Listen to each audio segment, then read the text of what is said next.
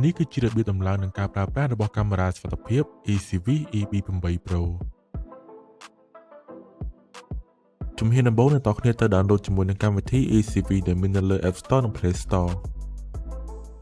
អញ្ចឹងបន្ទាប់ពីអ្នកនរគ្នា download ជាមួយនឹងកម្មវិធីនេះរួចអ្នកនរគ្នាត្រូវបង្កើត account ជាមុនសិនហើយវិធីបង្កើត account ថ្មីអ្នកនរគ្នាត្រូវចូល create new account ហើយយើងចង់បង្កើតជាមួយលេខទូរស័ព្ទដៃរបស់យើងក៏បានបង្កើតជាមួយនឹង email ក៏បានហើយវិធីបង្កើតជាមួយនឹង email អ្នកនរគ្នាត្រូវវាបញ្ចូលជាមួយនឹង email របស់អ្នកនរគ្នារួចអ្នកនរគ្នាត្រូវបង្កើតជាមួយនឹងលេខកូដថ្មីដែលមានចាប់ពី8ខ្ទង់រហូតដល់16ខ្ទង់ហើយនឹងត្រូវលាយឡំជាមួយនឹងអក្សរធំអក្សរទូចចំនួនលេខនិង symbol ជាដើមអញ្ចឹងបន្ទាប់ពីបានបំពេញលក្ខខណ្ឌត្រឹមត្រូវបានទាំងអស់វានឹងលោតសញ្ញាគ្រីទៅលើប្រអប់ទាំងពីរនេះតែម្ដងរួចចុចសញ្ញាគ្រីនៅប្រអប់ខាងក្រោមនេះហើយចុចពាក្យ continue ហើយធ្វើការ verify បន្ទាប់មកអ្នកនរគ្នានឹងទទួលបានជាមួយនឹងសារលេខកូដចេញពី email របស់អ្នកនរគ្នារួចធ្វើការបំពេញជាមួយនឹងលេខកូដនោះ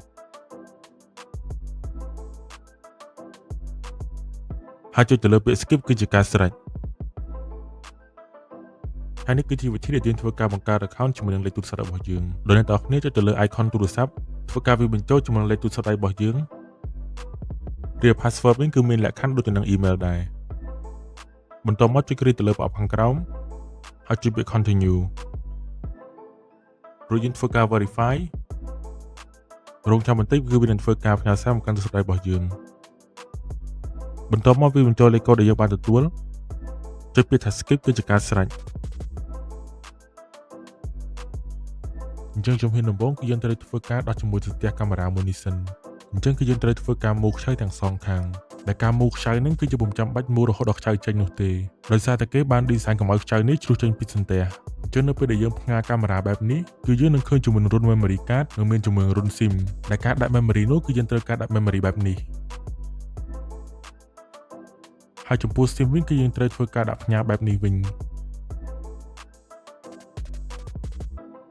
ដូច្នេះហើយយើងត្រូវការបិទសន្ទះនិងមូលខ្ចៅឲ្យជាប់ដើម្បីជៀសវាងពីការលេចជ្រាបទឹកហើយនៅផ្នែកខាងក្រោមនេះអ្នកនរគ្នានឹងឃើញជាមួយនឹងប៊ូតុងបើកហើយនឹងកន្លែងរុនសាកថ្មហើយនៅក្នុងប្រអប់នេះគឺមានជាមួយនឹងបន្ទះសូឡាមកជាមួយផងដែរហើយរបៀបភ្ជាប់កាមេរ៉ាជាមួយនឹងសូឡាគឺងាយស្រួលខ្លាំងមែនទែនដោយគ្រាន់តែយើងយកឌុយសូឡាសាកចូលទៅកាន់កាមេរ៉ាគឺជាការស្រេចបន្ទាប់មកគ្រាន់តែយើងចុចបើកប៊ូតុងកាមេរ៉ាទៅដូច្នេះកាមេរ៉ាមួយនេះនឹងធ្វើការដំណើរការ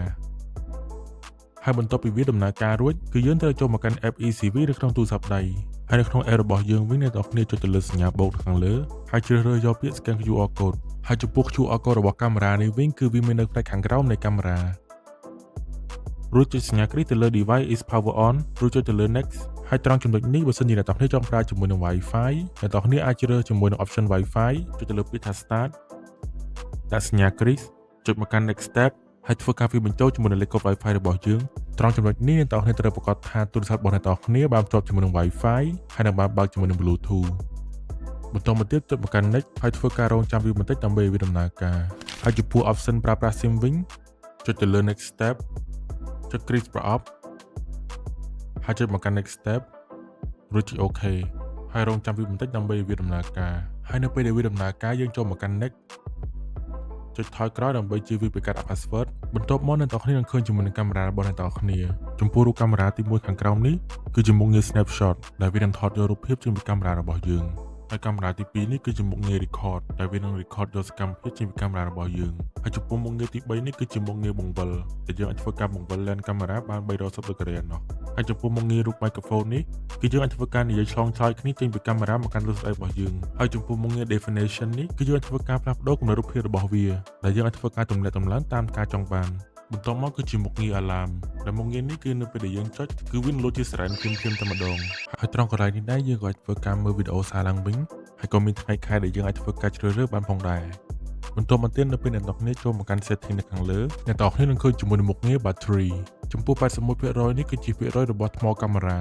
ហើយចំពោះខាងក្រោមនេះគឺជាមុខងារដំណើរការរបស់កាមេរ៉ាចំពោះមុខងារ AOV នេះគឺជាមុខងារពិសេសមួយរបស់កាមេរ៉ា Solar អញ្ចឹងនៅពេលដែលយើងបើកជាមួយនឹងមុខងារមួយនេះគឺវានឹងធ្វើឲ្យថ្មរបស់កាមេរ៉ានិង memory របស់កាមេរ៉ាអាចប្រើប្រាស់បានយូរជាងមុននិងសេវទុកបានច្រើនជាងមុនដោយសារតែយើងអាចកំណត់ទៅលើការថតរបស់វានៅខាងក្រោមនេះដែលមាននៅត្រង់មុខងារ time interval បានន័យថាយើងអាចកំណត់ឲ្យកាមេរ៉ាថតសកម្មភាពរៀងរាល់1វិនាទីម្ដងរហូតដល់រៀងរាល់5នាទីម្ដងនៅពេលដែលកាមេរ៉ាចាប់បានថាគ្មានសកម្មភាពអ្វីឆ្លងកាត់ទៅលើការប្រើប្រាស់ជាក់ស្ដែងគឺយើងរីកកំណត់អ្នកទាំងគ្នាប្រើប្រាស់រៀងរាល់2វិនាទីម្ដងបន្តមកទៀតគឺជាមុខងារ power saving ដែលមុខងារនេះគឺវានឹងធ្វើការ save ទុកវីដេអូនៅពេលដែលវាចាប់បានសកម្មភាពមនុស្សឬក៏រថយន្តតែប៉ុណ្ណោះបន្តមកទៀតចូលមកកាន់ power plug-in ចំពោះមុខងារនេះគឺវានឹងធ្វើការថតយកសកម្មភាពទុករហូតបើទោះបីជាគ្មានសកម្មភាពមនុស្សឬក៏រថយន្តក៏ដោយហើយទៅលើមុខងារ configure working mode គឺយើងអាចធ្វើការកំណត់ពេលវេលាទៅលើមុខងារផ្សេងៗបាញ់មិញនេះដែលយើងអាចកំណត់ពីថ្ងៃច័ន្ទដល់ថ្ងៃអាទិត្យឲ្យប្រើប្រាស់ជាមួយមុខងារមួយណានឹងមានពេលវេលាចាប់ផ្ដើមនិងមានពេលវេលាបញ្ចប់បន្ទាប់មកចូលមកកាន់មុខងារ Intelligent Detection ដែលនៅក្នុងនោះគឺមានមុខងារដូចជា Human Shape Detection ដែលជាមុខងារចាប់យកសកម្មភាពមនុស្ស Vehicle Detection សម្រាប់សម្គាល់រថយន្តនិងដើម្បីជ្រើសរើសមុខងារណាមួយអ្នកទាំងគ្នាគ្រាន់តែចុចទៅលើពី Apply គឺជាការស្រេចហើយបន្ទាប់ពីយើងជ្រើសរើសប្រើប្រាស់រួចគឺយើងអាចធ្វើការចូលទៅបញ្ជាកំណត់មុខងារផ្សេងៗបានថែមទៀតដូចជាអាចបញ្ជាបិទឬក៏បើកមុខងារនេះវិញហើយទៅលើមុខងារ Detection Area នេះគឺយើងអាចធ្វើការកំណត់ Zoom អញ្ចឹងនៅពេលដែលមានសកម្មភាពមនុស្សចូលមកកាន់ទីតាំងនេះគឺវានឹង alert ឲ្យយើងដឹងភ្លាមៗតែម្ដងបន្ទាប់មកចូលមកកាន់មុខងារ Vehicle Detection ចំពោះមុខងារនេះគឺយើងអាចធ្វើការបញ្ជាបិទឬក៏បើកដូចគ្នាហើយយើងអាចធ្វើការកំណត់ Zoom ជាមួយមុខងារនេះបានផងដែរបន្តមកទៀតគឺយើងចូលមកកាន់ notification ចំពោះមុខងារ receive device message នេះនៅពេលដែលយើងបើកមុខងារនេះគឺយើងទទួលបានសារពីកាមេរ៉ាមួយនេះហើយតាមចំណុច human shape detection និង vehicle detection នេះនៅពេលដែលយើងបើកគឺយើងនឹងទទួលបានសារនៅពេលដែលវាចាប់បានសកម្មភាពមនុស្សនិងរថយន្តហើយចំពោះមុខងារ device message interval នេះគឺជាមុខងារដែលយើងអាចធ្វើការកំណត់ទៅលើពេលវេលារកការទទួលសារបានម្ដងដែលយើងអាចធ្វើការទទួលសាររៀងរាល់1នាទីម្ដងឬក៏រហូតដល់30នាទីម្ដងឯណោះហើយទៅលើមុខងារ notification schedule គឺជាមុខងារកំណត់ពេលវេលាក្នុងការទទួលសារ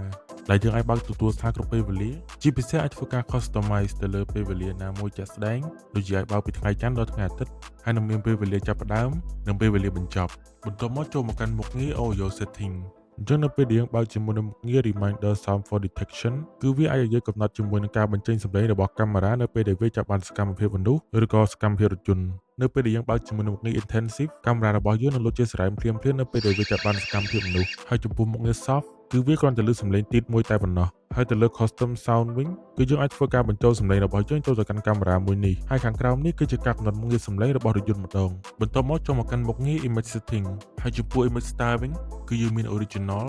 soft និង vivid ចំពោះ original គឺជាពណ៌ធម្មតាចំពោះ soft វិញគឺធ្វើឲ្យពណ៌រូបភាពរាងស្រាលជាងមុនហើយចំពោះ vivid វិញគឺវាធ្វើរូបភាពមានភាពដិតពណ៌ជាងមុនហើយចំពោះមុខងារ intelligent exposure compensation គឺវាមានតួនាទីជួយកុំឲ្យរូបភាពមានការចាំងពន្លឺខ្លាំងពេកដែលវានឹងធ្វើការ adjust ជាមួយនឹង brightness ដើម្បីកុំឲ្យកាមេរ៉ាកង់ជាមួយនឹងពន្លឺជាមួយនឹងមុខងារ black white night vision បានន័យថាអ្នកនរគ្នានឹងមើលជាសខ្មៅជាមួយនឹងពន្លឺ infrared នៅពេលយប់បន្ទាប់មកគឺជាមុខងារ smart night vision ចំពោះមុខងារ smart night vision នេះគឺវានឹងធ្វើការផ្លាស់ប្ដូរ automatic ពីសខ្មៅទៅជាមើលជា color នៅពេលយប់បើសិនជាមានសកម្មភាពអ្វីមួយដែលឆ្លងកាត់បន្ទាប់មកចូលមកកាន់ PT set setting នៅពេលដែលយើងបើកជាមួយមុខងារ human tracking គឺកាមេរ៉ារបស់យើងនឹងធ្វើការងាយរេតាមសកម្មភាពមនុស្សបន្ទាប់មកទៀតចូលមកកាន់មុខងារ record list ចំពោះមុខងារ event recording នេះគឺវានឹងធ្វើការ set ទុកវីដេអូនៅពេលដែលវាចាប់បានសកម្មភាពតែប៉ុណ្ណោះហើយចំពោះមុខងារ 24-hour recording និងមុខងារ AOV នេះដើម្បីបើកជាមួយមុខងារទាំងអស់នេះបានគឺយើងត្រូវចូលទៅកាន់មុខងារ battery mode វិញហើយដើម្បីប្រើប្រាស់ជាមួយនឹងមុខងារ 24-hour recording គឺយើងត្រូវប្រើប្រាស់ជាមួយនឹងមុខងារ power plug-in អញ្ចឹងនៅពេលដែលយើងចូលមកកាន់មុខងារ record list វិញគឺយើងឃើញថាយើងអាចប្រើប្រាស់ជាមួយនឹងមុខងារ 24-hour recording បានហើយបើសិនជាយើងចង់ record បែប AOV វិញគឺយើងត្រូវចូលមកកាន់ battery mode ដូចគ្នាហើយត្រូវជ្រើសរើសជាមួយមុខងារ AOV mode ដូច្នេះនៅពេលដែលយើងចូលមកកាន់ record list វិញគឺយើងនឹងឃើញថាមុខងារ AOV គឺអាចប្រើប្រាស់បានហើយបន្ទាប់មកយើងចូលមកកាន់មុខងារ network settingដែលមុខងារ 4G network នេះគឺយើងអាចធ្វើការបិទឬក៏បើកទៅលើការប្រើប្រាស់ SIM 4G ហើយទៅលើមុខងារ Wi-Fi network នេះគឺយើងអាចធ្វើការបន្ថែមជាមួយនឹងការប្រើប្រាស់ Wi-Fi មួយថែមទៀតអញ្ចឹងយើងចុចចូលមកកាន់ Wi-Fi network បន្ទាប់មកជ្រើសរើសជាមួយនឹង Wi-Fi អ្នកនរគ្នាហើយវាបញ្ចូល password គឺជាការស្រេចអញ្ចឹងបានន័យថាកាមេរ៉ារបស់យើងគឺប្រើទាំង Wi-Fi ផងនិងប្រើជាមួយនឹង SIM 4G ផងហើយនៅក្នុងករណីកាមេរ៉ារបស់អ្នកទាំងអស់គ្នាលុត offline បែបនេះអញ្ចឹងយើងត្រូវចុចមកកាន់ tray 3ខាងក្រោមចុចទៅលើ device setting រួចចុចពាក្យ delete device និងចុចពាក្យ OK បន្ទាប់មកយើងត្រូវ scan QR code ម្ដងទៀតយើងចុចសញ្ញាបូកខាងលើរួចគ្រើសពាក្យ scan QR code បន្ទាប់មកយើងចុចគ្រីសហើយចុចទៅលើពាក្យ next ចុច next ម្ដងទៀតហើយចុចត្រឡប់ថយក្រោយដើម្បីជៀសវាងពីការដាក់ password បន្ទាប់មកយើងអាចប្រើប្រាស់កាមេរ៉ារបស់យើងបានឡើងវិញហើយ